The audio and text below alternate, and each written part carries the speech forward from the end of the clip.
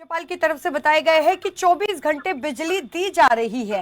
Governor ने कहा है कि म्हारा गांव जगमग गांव योजना के तहत 24 घंटे बिजली दी जा रही है, लेकिन कमल हांडा जी इस चीज को डिनाई करती है। लेकिन ये चीज तो हम लोगों ने 8 अक्टूबर को भी देखी थी, जहां पर ईवीएम रखी हुई थी, वहां पर 36 मिनट के लिए लाइट चली जाती है और ईवीएम में गड़बड़ हो जाती है, कैमरे भी बंद हो जाते हैं।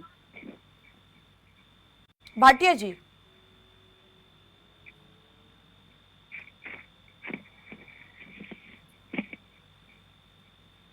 चौदह के बाद ऐसा लगता है सरकारों ने अपने स्तर पर बिजली पैदा करना बंद कर दी है।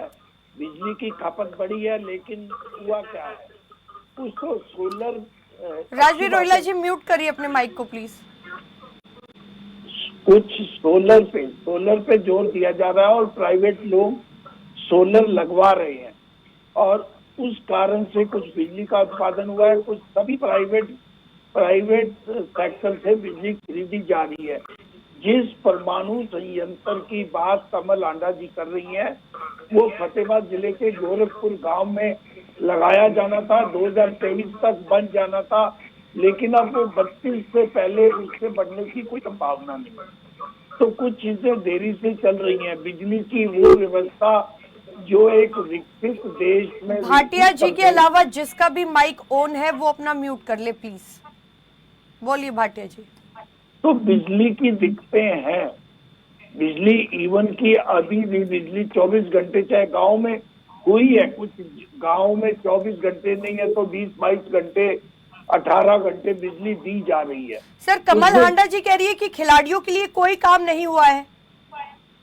देखो, जो कंटिन्यू प्रोसेस है, चौटाला साहब ने सबसे पहले करना मलेश्वरी शायद जमुनानगर से थी, उनको 25 लाख रुपए का पुरस्कार दिया था। उसके बाद सभी सरकारों ने खेल के प्रति कुछ काम किया है, पुरस्कार देने की बातें की है ये। लेकिन इंफ्रास्ट्रक्चर जो इंफ्रास्ट्रक्चर पे जोर देना चाहिए। जो स्टेडियम पहले बने थे उनकी भी हालत बुरी है, नया स्टेडियम भी नहीं बन रहे हैं। यहाँ तक कि आप देखो, हम हरियाणा को विकसित प्रदेश कहते हैं।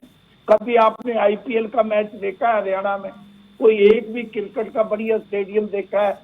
लखनऊ में बन गया, धर्मशाला में बन गया, देहरादून में बन गया, रांची जैसे में बन गया। कभी हरियाणा में कोई एक स्टेडियम ऐसा नहीं बना पाए जहां आईपीएल का मैच हो सके, रणजी ट्रॉफी हो सके। देखो, कुछ चीजें इंफ्रास्ट्रक्चर में ये सरकार बहुत पीछे चल रही है।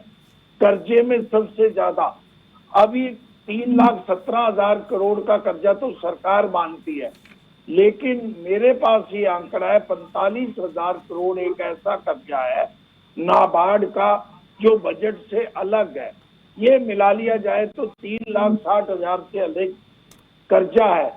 30% बजट का कर्जे के ब्याज में और किस्त देने में लगाया जाता है। हमें अपने भ्रष्टाचार को बंद करना होगा। हमें कुछ चीजों पे बचतें करनी होगी, जन भागीदारी करनी होगी। ये कर्जा लेके, ये आप देखेंगे हरियाणा जो बातें कर रहे थे 2100 रुपए सभी महिलाओं को देने के लिए, अब बजट में देखेंगे आप, अगर याद करो किरण जी, मैं चुनाव में भी कहता था ये केवल बीपीएल पे आएंगे।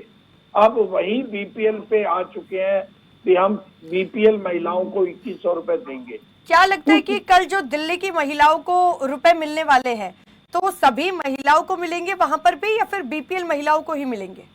मुझे नहीं लगता कोई भी प्रदेश सरकार सभी महिलाओं को देगी, उसका लॉजिक भी नहीं है। लेकिन ये चुनाव के समय में क्यों घोषणा करते हैं सभी? ठीक है, सर कृष्ण कुटेल जी भी मेरे साथ लंबे टाइम से जुड़े हुए हैं। सर बताइए जरा, जो आज